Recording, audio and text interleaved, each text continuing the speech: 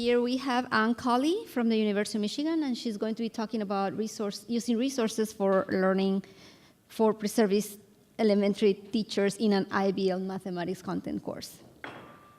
Thank you, Vilma. So my name is Cawley. I am at the University of Michigan, and I'm studying under the direction of Vilma Mesa. And I'm here representing some work that two colleagues and myself did last October. And we're trying to decipher what resources that students use within an IBL course. So first, I want to start out by asking, if you were to think about resources that students use in a more traditional lecture-based course, what resources come to mind for you in the audience? Textbooks, okay. Cheat book, okay. Or the internet or things of the sort, right?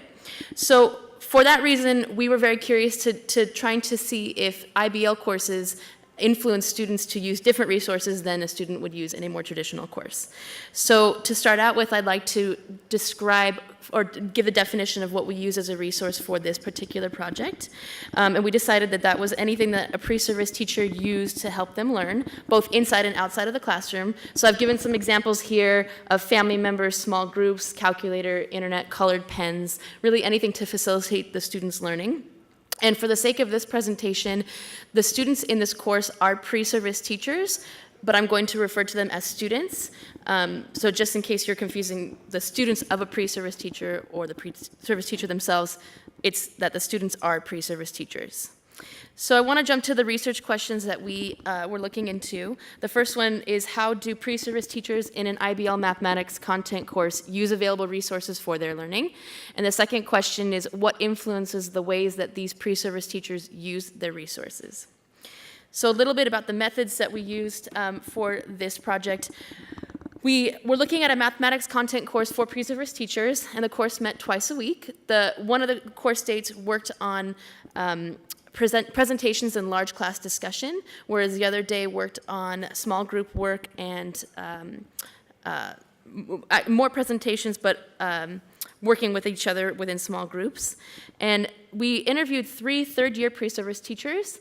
They were in the elementary certification program, and it's important for me to point out that they were self-selected, so that has implications for the work that we've done. Through the data, we did a 1-hour interview for each of the students, and we also did 6 classroom observations.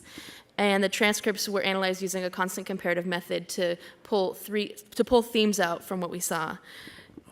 As you can see under the what, we have resources that are related to IBL. The second category is people, and the third category is other. Other actually includes things such as the internet and textbooks that are not necessarily related more towards IBL resources that you would consider. How we came up with 7 categories for that: revising, asking for input, discussing, listening, using problem-solving strategies, giving input, and studying. And I want to point out that we did differentiate asking for input versus giving input, because through classroom observations we realized that it emphasized different, I guess, self-resources within the person, of whether they were asking or whether they were actually giving input. And then third, we have the category of why. And motivation, classroom expectations, which that kind of involve more of the required IBL factors of the course. Affective conditions, relevance, and access. So as I said on the handout you have more definitions of what these actually mean and other examples within those.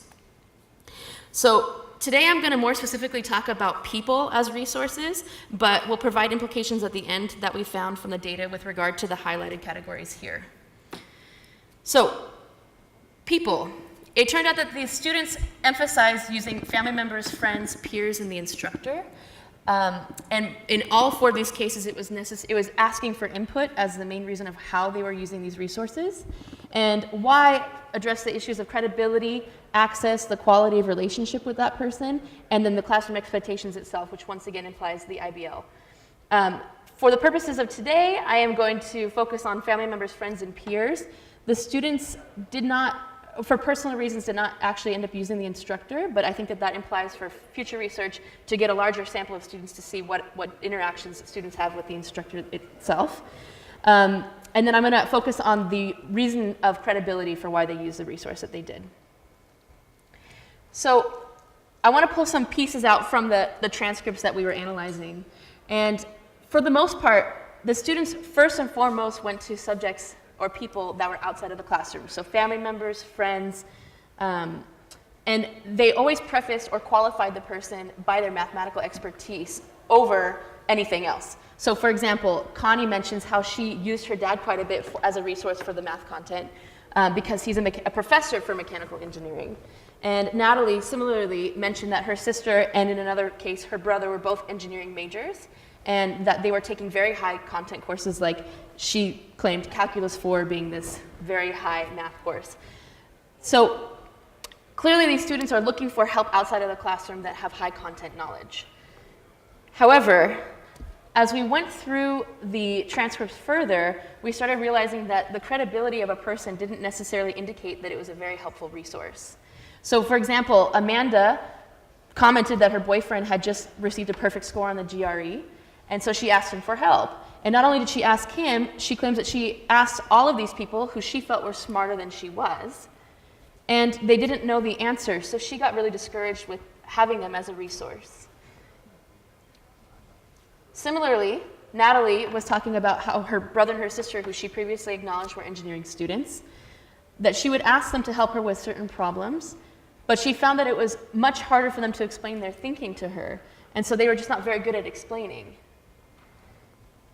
So what comes from this, which is quite interesting, and we were pretty surprised to see this, is that students then started to reference their peers as somebody, as a resource. However, they did not ever qualify them as being smart or being somebody who's mathematically knowledgeable of the content that they're talking about. However, they ended up saying how useful their peers actually were over these people who had high mathematical content knowledge.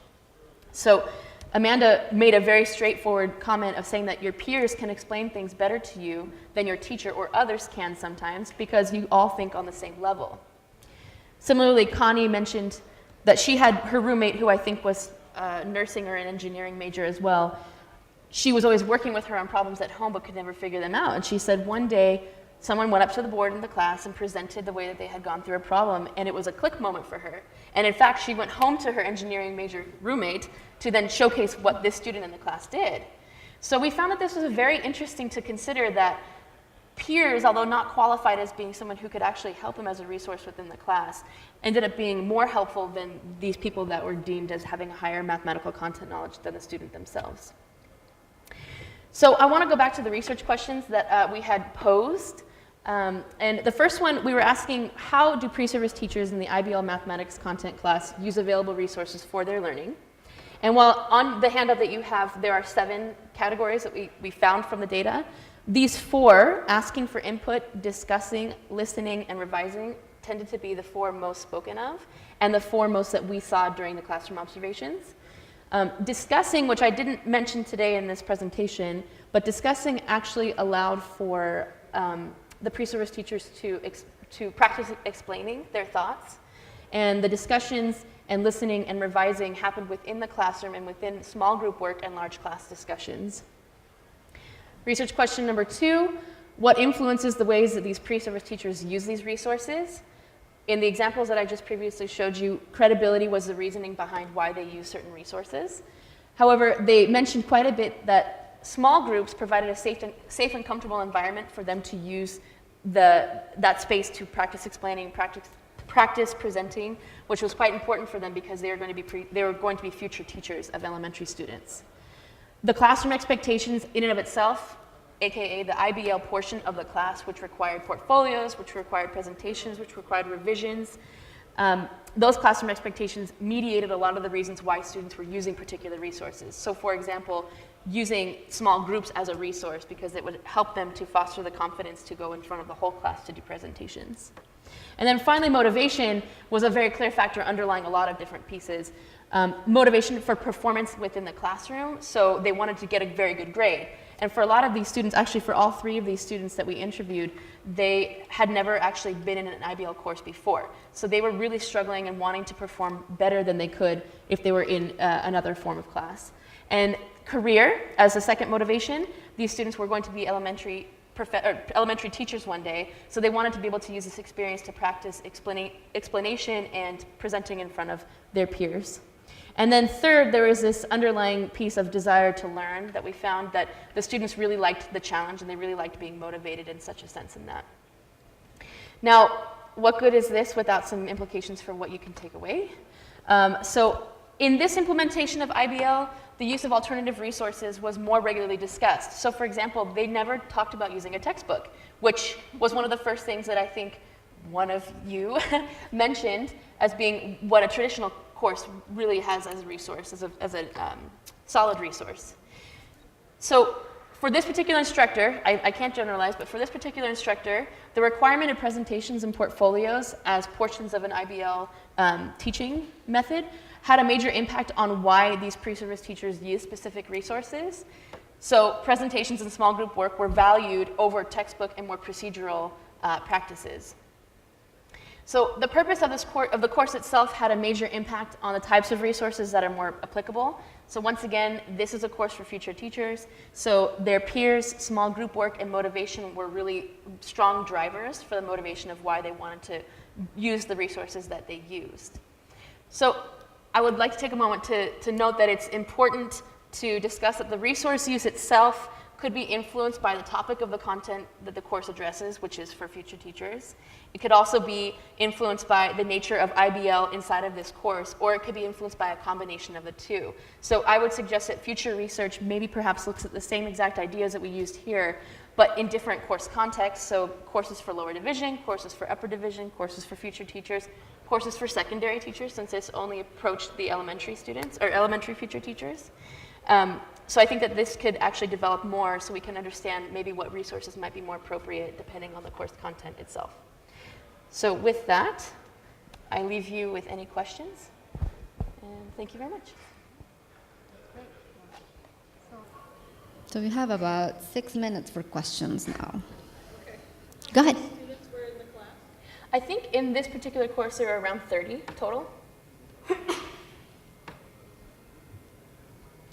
And I do have to say it was quite interesting to observe the entire class because like I said, the students in my sample were self-selected. So if this were, and this was a pilot study, so if this were to unfold into a larger study, it would be really ideal to get quite a range of students to see how the resources might fluctuate for each student.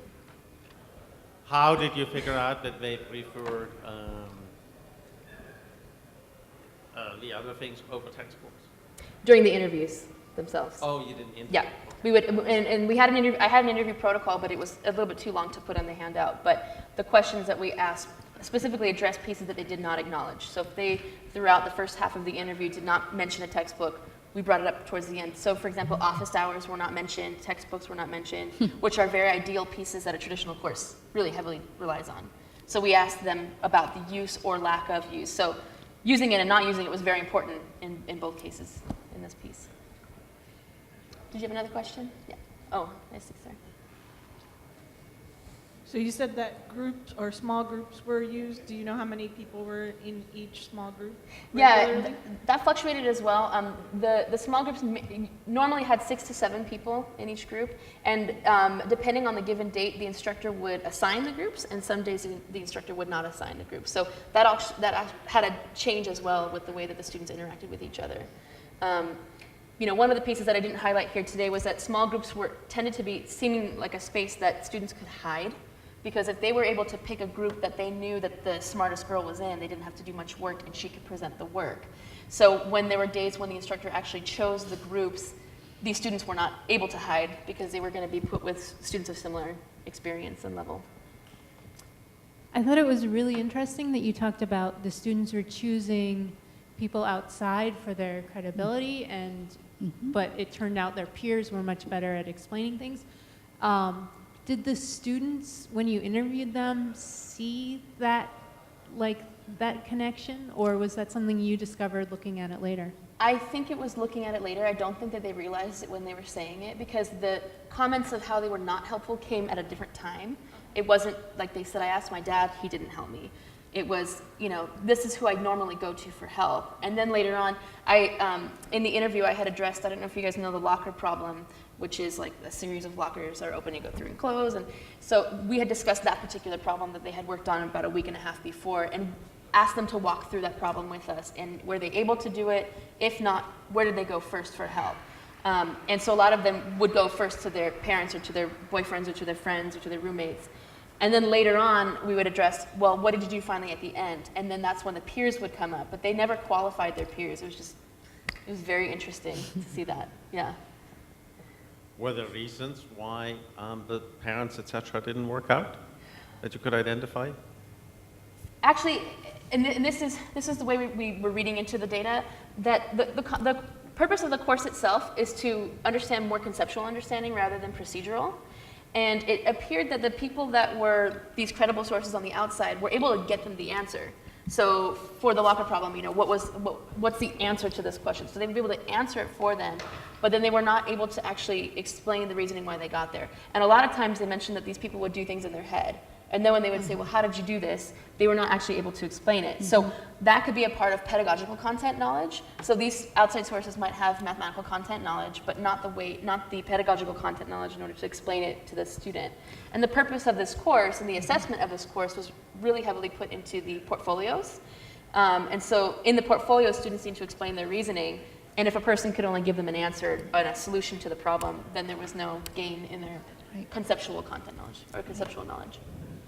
I think we have time for one more question. If there is one. Ralph, you go ahead. He's going to get all the points. You are. Was there frustration over the fact that their trusted advisors couldn't help? Repeat that again? Was there frustration over the fact that they had to go to the peers rather than their trusted advisors, like, family, etc.? Were they frustrated by their peers? Frustrated by the fact that their sources had failed them. Oh, yeah. Well, one of the quotes said it. It was really discouraging. It discouraged them because they were really hoping that, a lot of students, when they go into a course and they think, okay, I have this person and this person that I can lean on, or I've always leaned on, and especially with one of the students, her dad, she says, I've always gone to my dad since I was very young, that all of a sudden now, at almost leaving college, they can't use them anymore. So it kind of almost put them on a platform where they had to fend for themselves and try to figure out, how can I now try to find something else that'll help me do this? And peers were very clearly in small groups. Those two were very clear options of where they can find that feedback. All right. I think that's the time's up. Thank you so much. Let's thank Anne for this presentation. Thank you.